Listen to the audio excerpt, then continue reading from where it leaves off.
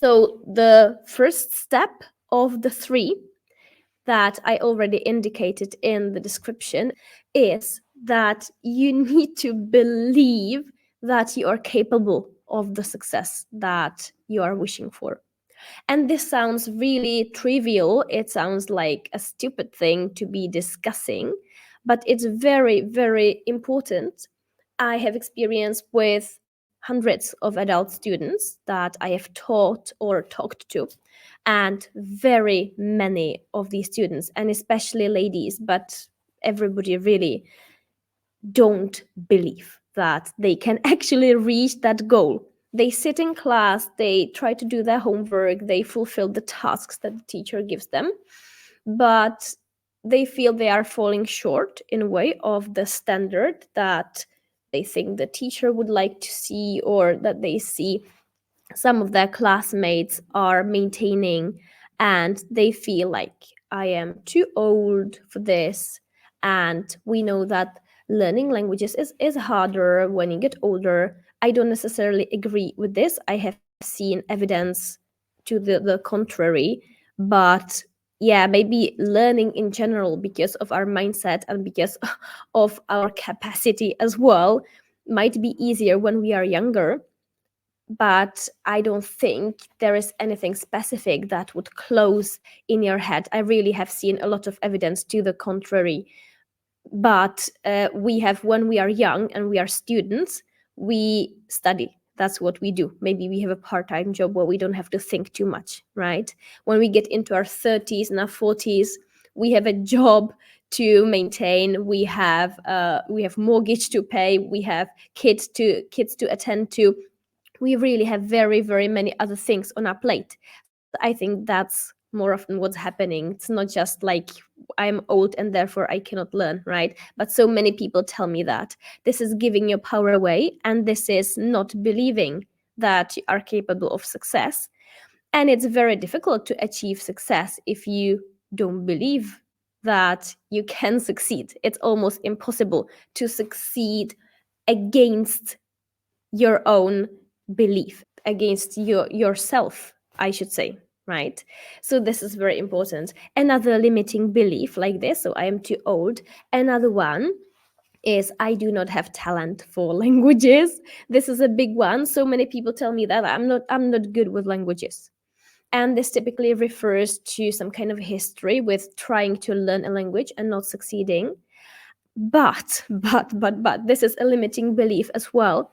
It might be that you don't have linguistic talent and aptitude and interest as well. It all starts with the interest, in my view. But that doesn't mean you cannot learn to speak. That only means that maybe a linguist, like a researcher in linguistics or a language teacher, is not a career you should consider. That's all it means. It doesn't mean you cannot learn to speak. Yeah. And we've been discussing these before as well. But it's very important, again, that you drop this one if you've been telling yourself, I'm not good with languages. That's, in other words, saying, I cannot succeed. It's expressing your disbelief in your own ability to actually reach your goal. And what kind of goal is it if you don't believe yourself that it's meant for you to reach it, right? Think of it. Because all the other steps that I'll be sharing are resting on this first step. If you want to achieve anything, you must believe, at least for a second, that it's actually possible. And if you go around and like, I'm not talented for languages, I'm really bad with this, I've tried to learn Spanish and whatever, and like I failed all the time, you're not gonna learn Norwegian either, and you know it.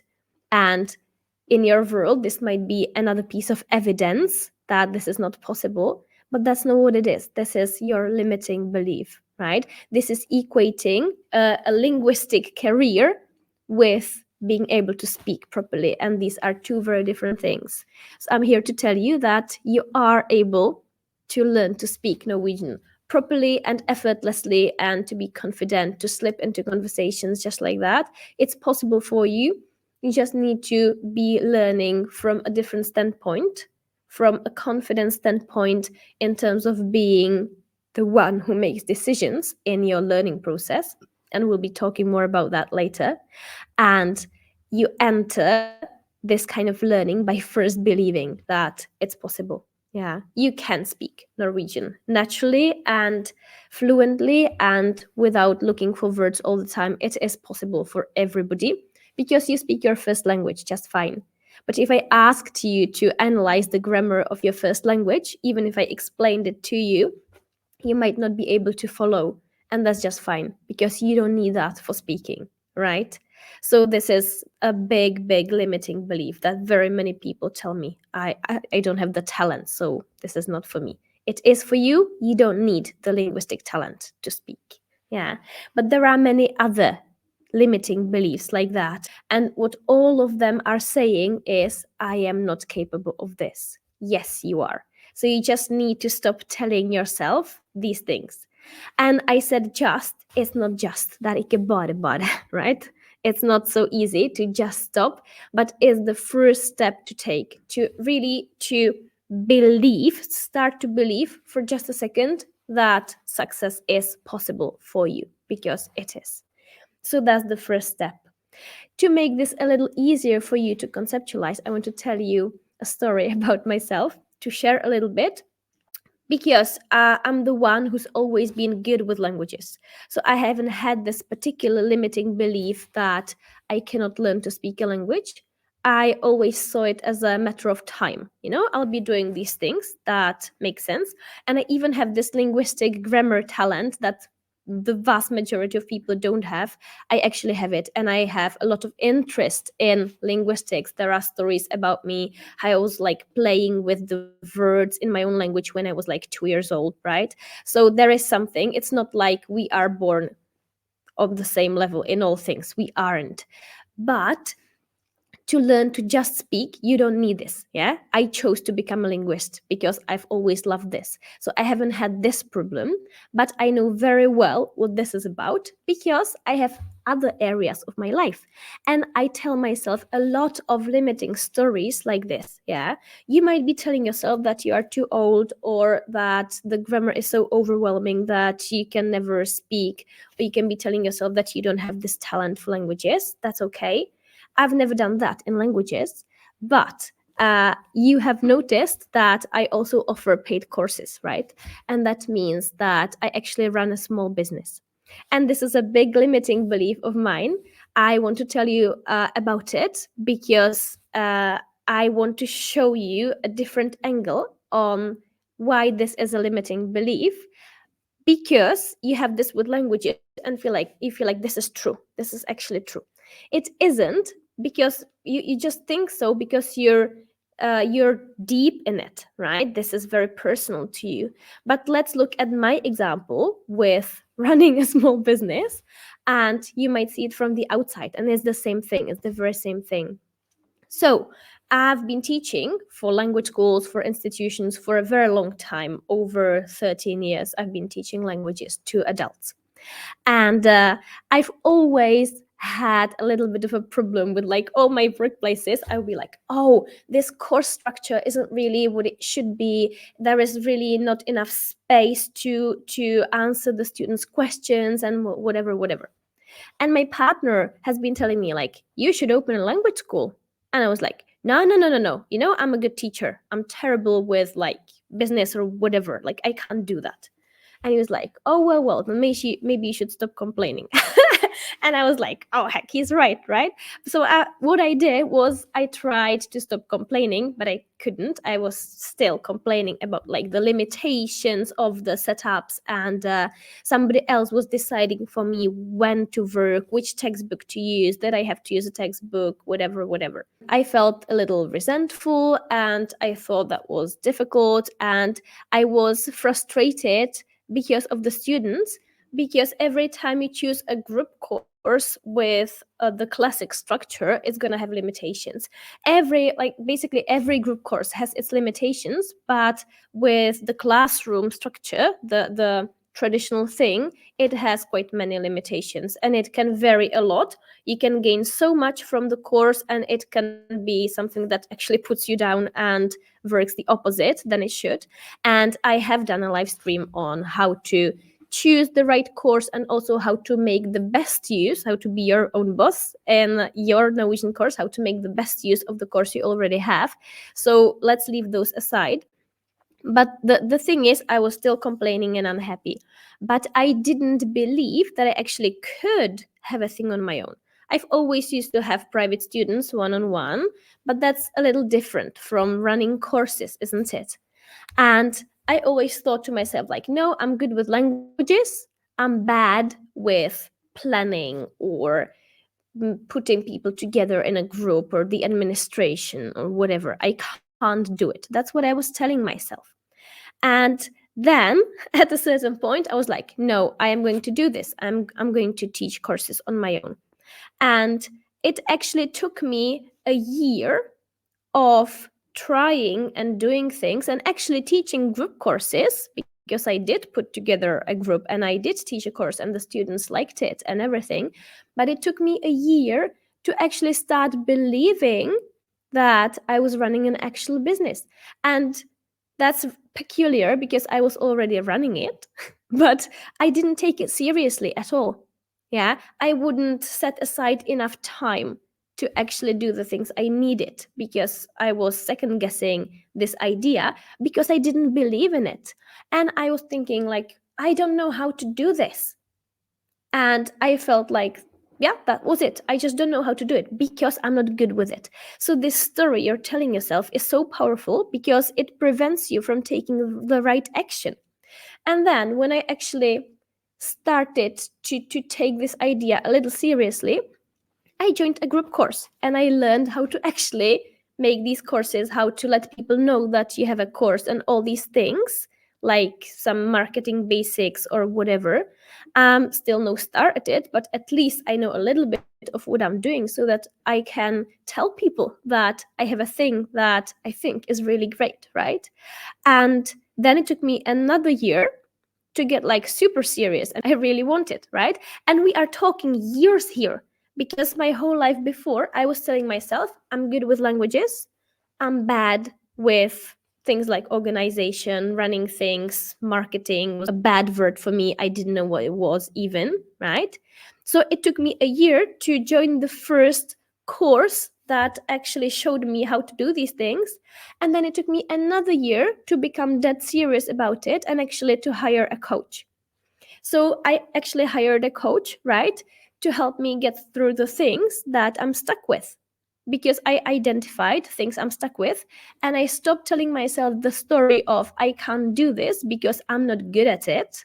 This is not for me. This is for some people who maybe were born in families where these things were talked about, or maybe who went to some business school, whatever, right? I don't have to become a star. I'm not becoming a TED Talk speaker about marketing or business things, but I can tell people about my courses, right? That I can do. That's not such a high bar, and I can climb over this.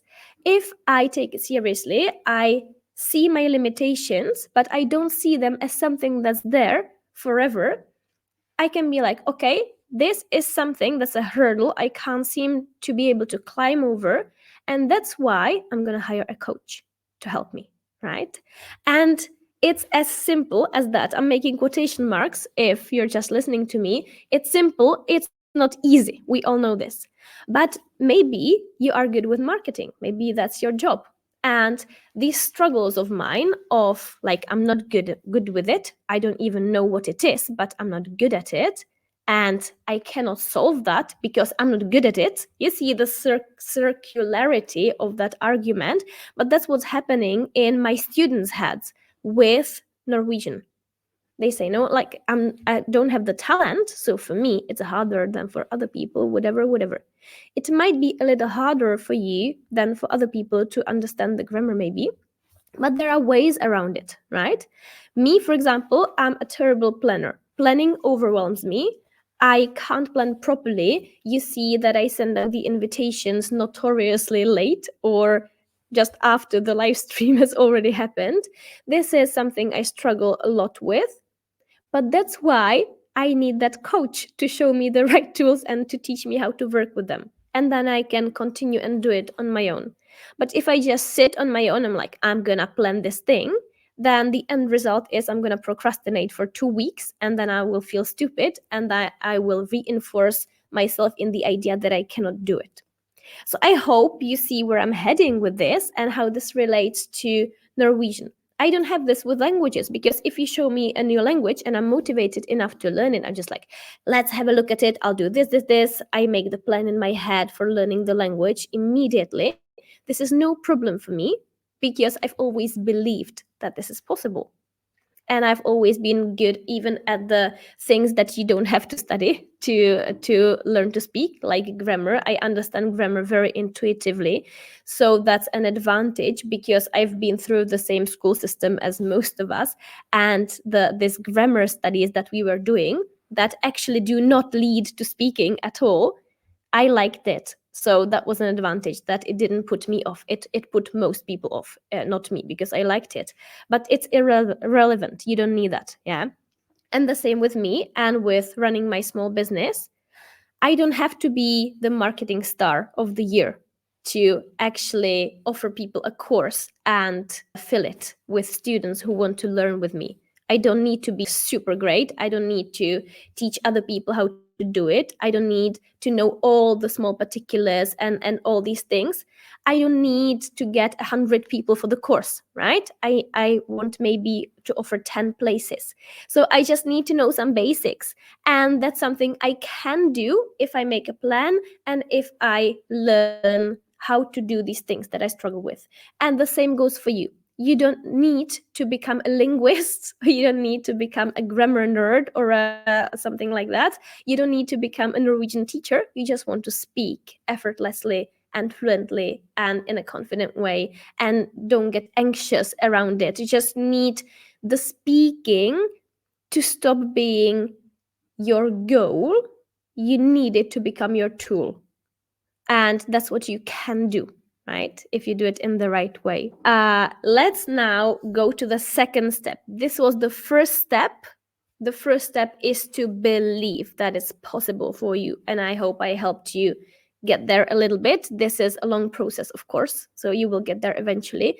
But you should be really boosting this belief that this is possible. I can learn to speak Norwegian effortlessly. The second step is to unboss yourself. And this is not my word. I like the word, but I picked it from the book of the business coach of all people, Amy Porterfield. And she says you need to unboss yourself. And what she means with this is our processes, and she's a business coach, so she teaches people how to run their own business rather than being an employee.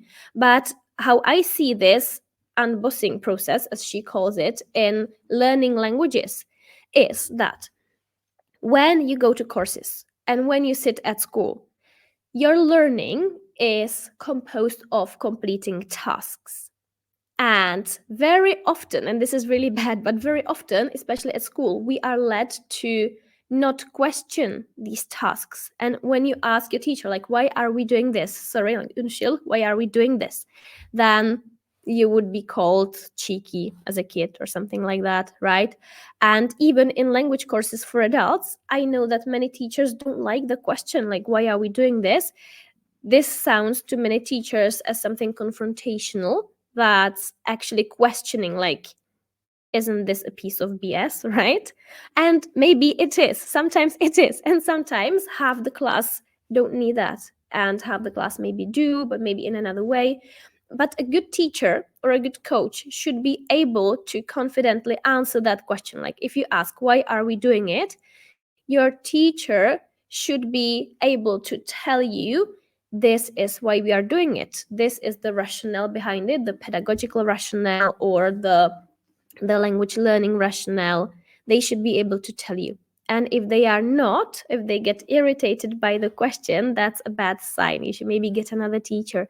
So this unbossing yourself, or this process of actually getting into the mindset of being your own boss, starts with questioning the tasks and moving away from I cannot complete this task, this means that I must be stupid and I will never learn Norwegian. That's the bad process. You don't want that.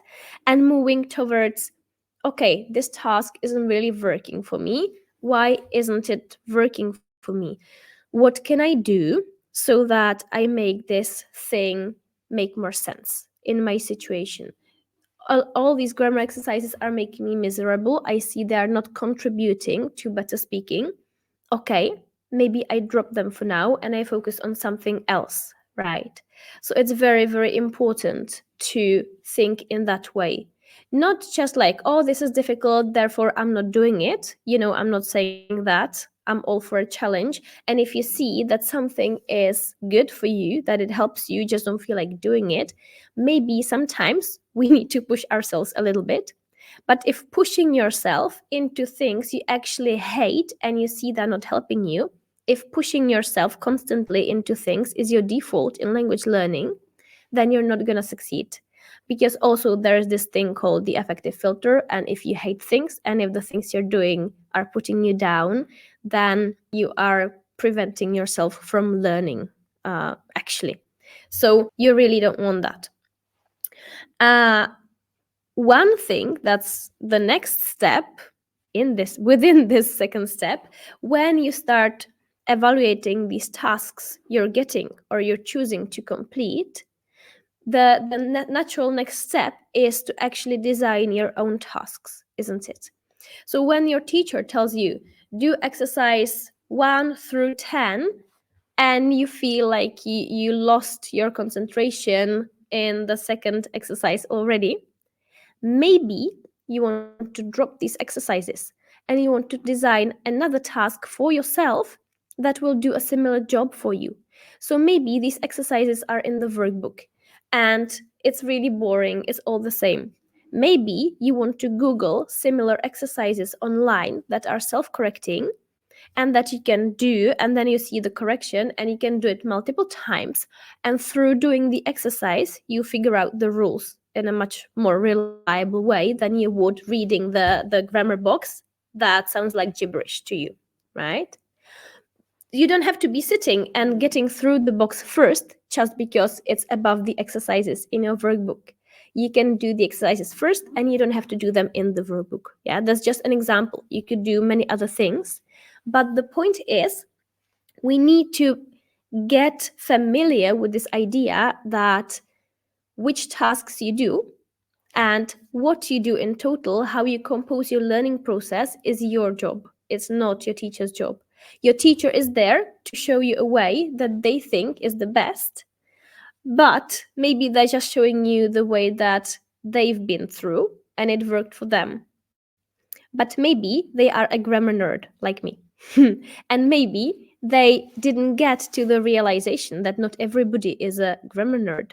Because there is this thing about teachers. Most teachers are grammar nerds. That's why they became language teachers. It's because they thrived in the language teaching system that we still have in place at many schools. But this is not a good language teaching system, and it does not naturally lead to speaking, right? So people who thrive in this are actually people like me, who have this natural grammar talent and grammar interest, who like grammar and who understand it easily. And then it's easy to feel that just because I was able to get to something like B1 just through understanding the grammar and learning some vocabulary, because the grammar thing is so easy for me, this can lead us to believe that this is the way for everybody. They just need to work hard enough, right? Because I worked hard, but I liked it. So it's very easy to work diligently and hard and to put in the hours if you like what you're doing, if it's bringing you satisfaction. If it's just something really dry that you hate all the way through, this hating it is blocking your learning in the first place. So it's wasted time at best. And at the same time, you're not going to reach the same results. If you don't like grammar, if you don't understand it naturally and easily, it's not going to bring you up to B1 just like that. I got to B1 or maybe above actually without using that many sources in English. in Norwegian, I went the other way and it was much quicker and more pleasant. But my first second language was English, and I started learning in school, and I did all these things and I completed all these tasks. But my advantage was that I actually liked all those tasks. I had pleasure out of, filling out the exercises in the workbook. Most people don't. But the people who do, they become the language teachers. So this is like a vicious circle. Yeah. So maybe your teacher believes that if you just really fill in enough of these exercises, you will start speaking, because that's what seems to have happened for them, right? But it's not going to happen for you, and you know it. So you just don't listen to your teacher at that point, and you drop these exercises and you do something else. It's not like to drop them and be like, oh, this is hopeless. No, you find tasks on your own that will do the same job. And you can do this. Many students I know don't believe, and we're back to point number one, they don't believe that they can actually do this. That it's like, this is too much responsibility. It's too complicated to learn a language. No, it's not. It's not complicated. It's not easy, right? It takes time. It's a long-term project, and you need a lot of input, and you need to be consistent. You need some habits in place, but it's not complicated. It's not like you need to be a grammar nerd or a linguist to actually learn to speak. And I've said that many times today. I realize that, but it's very important to realize. And in this step, when you are stepping into the role of the actual boss of your process, it also means that you want to figure out what it is that you need to accomplish. What is it? Because many times students will tell me, I want to learn Norwegian. But what is it? What is it that you want to learn? Yeah, which skill do you want to prioritize? Do you need to speak first? Do you need writing? Do you need to understand which sphere of language are you going to attack first? Which vocabulary topics are your priority?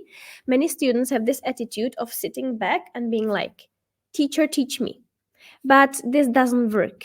And you know it. It doesn't work in any area of your life. You need to be steering it, and you need to know what your priority actually is, what your time frame is, your preferred or the one that's imposed on you, maybe. And you need to make this plan yourself. Yeah. That's just something you always need to do. And this is very difficult for us if we are used to completing tasks that we are presented with by somebody else, and we feel like, oh, I resent these tasks, but these are the tasks. No, they aren't. These are just random tasks. It could be other tasks that would bring you to the same result. All right. So you could be doing other things, and another teacher might recommend another way of progression and some other exercises as the only right solution in a way. So there is not one right solution. Yeah, there are more ways of making an omelette, and some of them are not gonna be functional for you, and some of them will. So you need to set your priority. You need to realize, what is it that I want to accomplish actually? What is it that it actually costs to learn a language? There is the pronunciation thing, there is all this underlying work on actually daring and doing it and overcoming your fears and limiting beliefs. And this is self-development work. This is not language work as such, but it's very, very important. Yeah. So this would be the second step, as Amy Porterfield calls it, unbossing yourself, realizing that this empty space in front of you is yours to take, and what you're going to be doing, how you're going to be learning, is on you, not on your teacher. That said, I was saying before in the first step that I myself hired a coach and I did join a course. I think this is great. It's not good to be trying to reinvent the wheel and getting frustrated on your own when you can get help. The point is, you should be the one who chooses what kind of help you are getting, from whom, and how you're gonna use it. So I think it's great to join a course, and I've seen many good courses, and I still teach courses for institutions or for language schools sometimes. The difference is that now I do a lot of choosing. I choose a lot who to work with and who not. but I still do that. I think there can be a lot of benefit in it, but the students need to be their own bosses to benefit from group courses. And you can do that. And it's the greatest thing in the world to hire a coach or a private teacher or to join a course, or maybe to find a buddy to practice with you, to have some accountability, to have somebody to ask for feedback or for explanations. We'll get to that in step 3. But you decide. It's not like, please teach me Norwegian. I see this a lot in these Norwegian learning groups on Facebook. Every now and then there is somebody new to the group and they say hello to the group and they say something like, hi, I'm he new here, please teach me some norsk. This is not how you will learn norsk, right? This is giving the power away from you. So we need to have a look at that and believe you can, and start to design your own path. That's the second step. I'm just gonna have a look in the chat what you're writing. Galal is writing, hi, I think socializing with native speakers will keep us normalize the language. But the problem when we are trying to initiate the conversation with natives, we feel they are distancing themselves. Okay, yeah, I understand. So this thing, this is an egg and chicken problem, I would say, because when you speak to actual people, this is something that demands quite a lot of you already. So many teachers would tell you that you really need to speak from day one, and this is what's taught in teacher trainings, many teacher trainings still. So it's not surprising. I always used to tell this my students, and that you need to get as many opportunities to speak as possible so that you practice speaking. There is a lot of truth in this practicing speaking aspect, but if you feel uneasy talking to people, there are 2 layers of it. You have the language that is difficult to formulate. It's difficult to be sure that you're saying things correctly, that you make yourself understood. And then there is the other layer, the social layer. And it means slipping into another culture, maybe. It means knowing what to talk about. It means not feeling awkward. It means daring to actually speak out in any language. So these are actually 2 different things that are stacked on top of each other. And for me, as a language teacher, I do coach people like how to dare as well. But for me, if you are solving the language question first, you don't have to talk to actual people. That comes as a surprise to many students, but that's what I did and how I learned to speak multiple languages, right? And it works, and most successful language learners do that they would, they would talk to themselves in the shower, or when they have a study session. You just use the vocabulary you're studying, you talk to yourself. You don't need other people to practice speaking. And that's also quite empowering, because it can be true that your neighbors are shy, or maybe you're not a good match with your neighbors. Maybe you don't want to talk to them, or maybe you want to make sure you are able to get a sentence out before you put yourself out there. And I think that's fair enough. I do the same myself. Yeah, I rehearse first. And it doesn't mean that you learn a paragraph by heart and then you recite it. Of course not. Yeah, this is not what speaking is. But you can be building a little conversation about a phrase and rehearsing from various angles. And then when you are actually standing there in the real life conversation, you'll be able to use it much more naturally, because it's been through your mouth. This is very important. Thinking it and speaking it are 2 different things. And speaking it while imagining a real life situation, that's yet another thing altogether. I even have a course where I teach this technique of putting your input in practice through regulated speaking practice. And so it's very important to realize that talking to actual people, or native or non-native, is not the only way, and it's not the primary way to practice the speaking. You need it at some point, of course, because you need to practice that other layer as well, actually addressing real people, right? That's a thing on its own, but you don't need to be doing both tasks at once. you can divide it. You can practice the speaking first and the speaking in the social situation second. There is also this one point about this, and that is that when you speak to people and it makes you nervous or anxious, and it's difficult for you, that's not actually a place for learning. You are not learning very much because you are stressed. And when you're stressed, you're not learning very much. So once you relax and it's okay for you to talk to people or to listen to people in real life interactions, then you will start learning and gaining from them. If it scares the you know what out of you to be there and to actually say a few words, then you are not learning the language. This is not contributing to broadening your vocabulary or your understanding. This is just, it's building your muscle for that kind of situation. So it's in a way important, but it's not helping you with the language itself as long as you are stressed. Yeah, it's like stress really limits learning. So that's also why we need the practice on our own, so that we are not stressed. Because when you speak to other people, you are performing, you are not practicing. Once you relax and you get used to it, then you are learning and practicing as well, but not when this is stressing you. So yeah, I hope that helps a little bit. Yeah. Let me have a look at this one.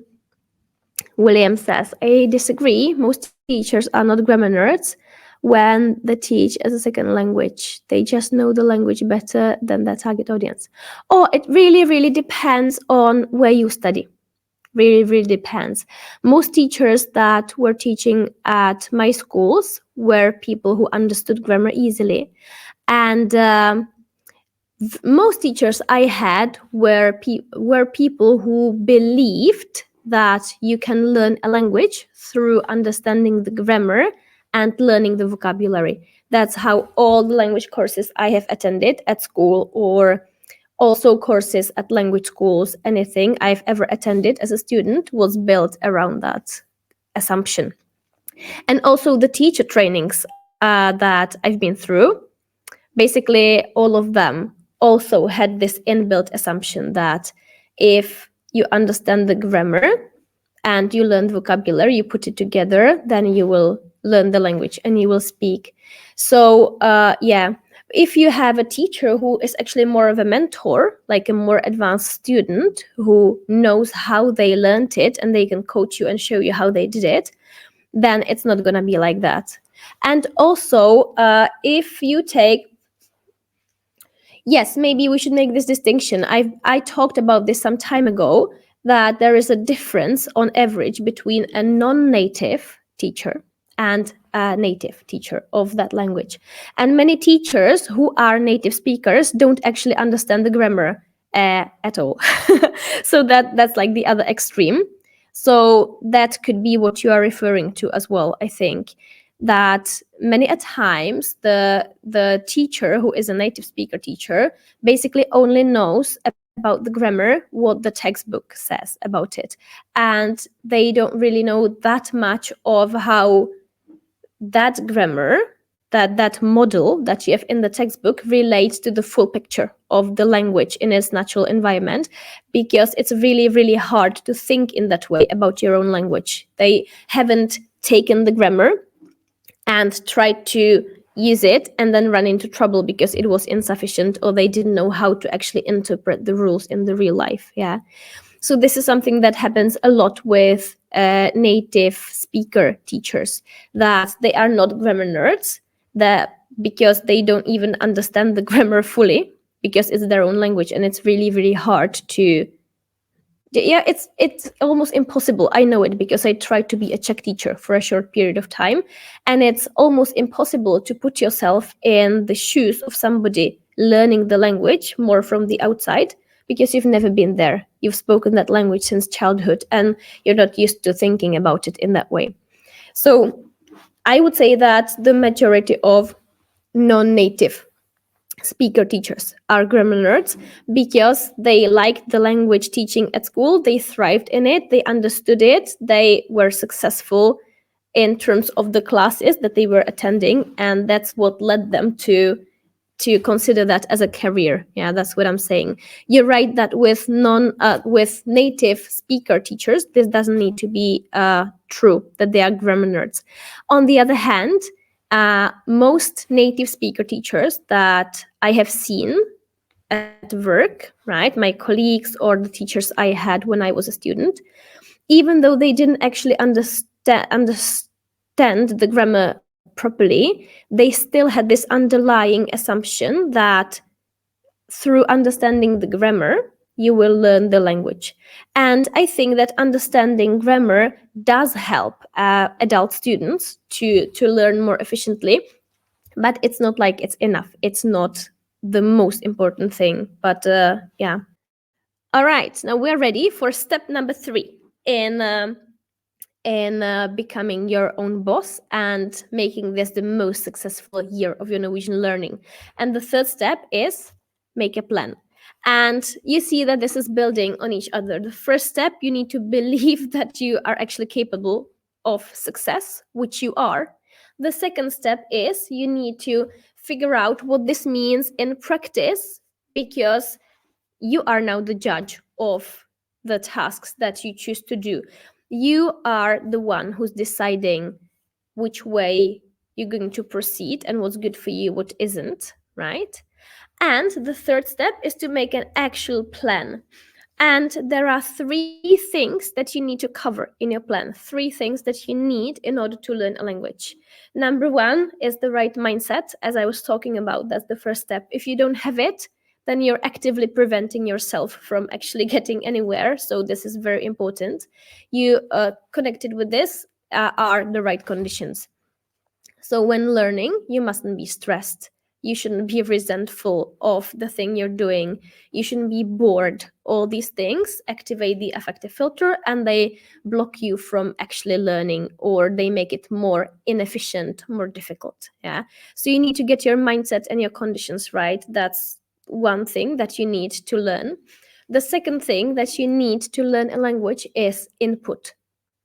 And this is so important. This is the basis. I like to call it the first thick floor of your language learning pyramid. And many of us actually believe that the first thick floor is doing the grammar exercises and memorizing vocabulary, but this is not true. The biggest amount of time you should be investing in your language learning, and language learning is a big time investment. We can all agree on that, I think. The biggest amount of time, the biggest portion, you should invest into consuming input, watching TV, listening to podcasts, and you need to be listening in the right state of mind so that it actually works, so that you don't inflict more stress on yourself. So that's important. But this you should be doing if you want to progress quickly, ideally multiple hours a day. And this is not realistic in most people's lives, but you can be listening when on the way somewhere, right? You could have more passive and more active sessions. The point is you need to get as many hours of listening or watching under your belt as possible. So this is the number 2 thing. You need to learn a language. You need a lot of input as the very basis. So every time you need to prioritize, like, what is it that I'm going to do for my Norwegian today? Is it this grammar exercise, or is it 15 minutes of this podcast? Choose the podcast. Every time you need to make the prioritizing, go for the input. And the third thing that you actually really need to learn a language and to become proficient is feedback. And it doesn't need to be formal feedback. It can be any kind of relevant feedback that you can get. You can give yourself quite a lot of feedback if you train yourself to do it.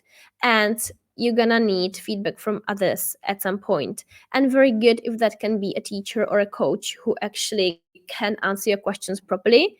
And it can happen through a private teacher. It can happen in a course if you know how to ask good questions, or if the teacher is good at anticipating the problems you might face. So you need some kind of feedback and confrontation with reality. You need to know what the gap is between where you are and where you want to get. So these are the 3 things that you need to learn a language, to learn Norwegian. The right mindset and conditions, loads of input, and some kind of feedback. And notice I didn't say you need grammar or you need to memorize vocabulary. These are supportive tools that I think help adult students. Some people would disagree with me. I have seen through my example and through my students that this is something that calms us adults down, which is really good for learning. It makes us more confident that we know what we're doing. It gives us the feeling of control, which is also important because, again, if you feel that you're in control, you're not anxious, and anxiety would be really bad for learning. So that's a good thing. And it speeds us up, I would say. If you tackle this strategic piece of grammar and you're like, oh, wow, this is how it works, and then you see it everywhere in your input, this of course speeds you up big time. This is a good thing. So studying grammar for me is a good thing. I do teach grammar in my courses, not in all courses. In some courses I teach it explicitly that I have grammar lessons. In other courses I don't actually have ready-made grammar lessons, but I always have Q&As in my courses, so students can ask about the grammar that's interesting for them at that point. So through that I explain grammar, and I like grammar. As I have said, I'm a grammar enthusiast. I really enjoy that. But it's not like sitting in class and trying to learn whatever grammar that pops up in the textbook in its full complexity. It's not like this is going to get you anywhere far or fast. Yes. So explicit grammar studies are a great complement for adult students, not for children, but for adults and young adults and maybe teenagers. I think this can help you to speed up and to use your input more efficiently, but it's not the basis. Same with vocabulary. It's actually very, very good to memorize some strategic vocabulary because it will help you unlock more of your input. But that's not how you learn to speak that vocabulary. You either have to acquire it directly from your input, and that happens when you have heard it many times over, and then suddenly you spit it out without realizing how it happened. That's how you speak naturally. Yeah. Or you can also work on some strategic items and you can memorize them, and then you can run them through a process of transferring them into practice using some controlled speaking techniques and imagination techniques to get you there. Yeah. And some of the vocabulary that you memorize will transfer in a way on its own, but you know that many of the words that you want to learn are actually hard cookies, and it's not just like I memorize it and then I can use it wherever. It's not like that, right? So memorizing and explicit grammar studies, I think they have their place in adult language learning, but it's not the basis and it shouldn't be. So yes, so make a plan and make sure that you put in some kind of mindset work and some kind of work on your conditions and noticing that you're under bad conditions for language learning and trying to implement better conditions, removing the stresses out of your language learning and trying to associate it with positiveness, right? And get enough input and make a concrete plan of how to get it. Because many times we're like, oh, I should watch more TV, I should watch more TV, and then we are waiting at the end of the day that maybe there will be these 20 minutes that I can use for TV watching, but then I'm too tired and I just watch Netflix in English because Norwegian feels like work. And this is not a plan. This is not what I mean when I say a plan, because for learning Norwegian efficiently you need to put in many hours of that input, for example. So you need to know how you're gonna do it. Yeah.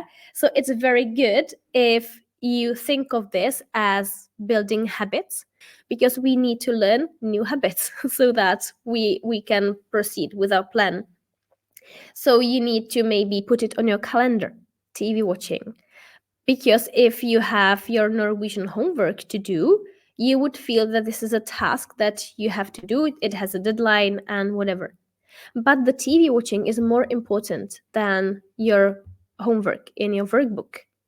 But we tend to shove it, to the outskirts of our attention. This is not right. You need to have a plan for implementing these most important things. right?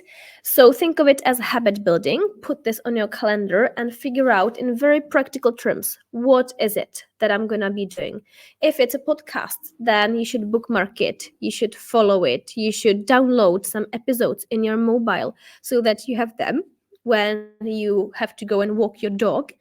Because when you are walking your dog and it's snowing and it's like, oh, windy, I don't really feel like taking my mobile out, whatever, then you're not gonna listen. But if you know you have this plan, and one good thing for building habits, teaser, is to stack them with something else. So maybe if you have a dog and you know you're gonna be walking your dog anyway, you should stack it with maybe putting your headphones in your pocket or putting your headphones on your ears before you walk out of your flat, and that way you're going to be listening while walking your dog, and that can be half an hour under your belt, and that's perfect. And it's going to get easier as you do it multiple times. Yeah, you should be doing this every day, not twice a week, not once every 2 weeks, every day, several times a day. Yeah. So make a concrete plan of for how you're gonna implement listening or watching. Or for that matter, you can listen to things that you are meant to watch. Actually, you can watch it once and then you can re-listen when walking your dog without actually watching the picture. You can listen in your car, but this is your life and you need to be the boss and figure out yourself, when am I going to listen this week and what am I going to listen to? Be very concrete. Yeah. So make a plan for maybe several months of some shows that you want to watch. And it's not like you can spare this show because it's a good one, so you're gonna stretch it out for the whole year. No, just binge watch it in 2 weeks and there you go. Yeah, it's much better for your Norwegian learning. So this is it. This is what I mean by make a plan. It's not like making a plan to finish your textbook. You might, but what I mean is prioritizing these three things that are most important for your learning. And that's the right mindset and conditions, that's the input, and that's the feedback. And the input, that takes most of that time. So if something, I would like you to think of this mindset issue of like, am I actually capable of doing it? Yes, you are. And then implementing the input so that you get enough. Yes, I think this is a very important topic, becoming your own boss. Because if you aren't, then you're probably not going to learn very efficiently, or it's not going to be very pleasant. The process when you feel out of control is lessening your learning, right? Because if you feel out of control, that's making you anxious and stressed, and that's blocking the learning in its turn. And it's not a pleasant experience. It's not a good situation to be in either. So I hope that this will help you to look at things a little differently, and that 2024 will be your best Norwegian year yet. Have a good one.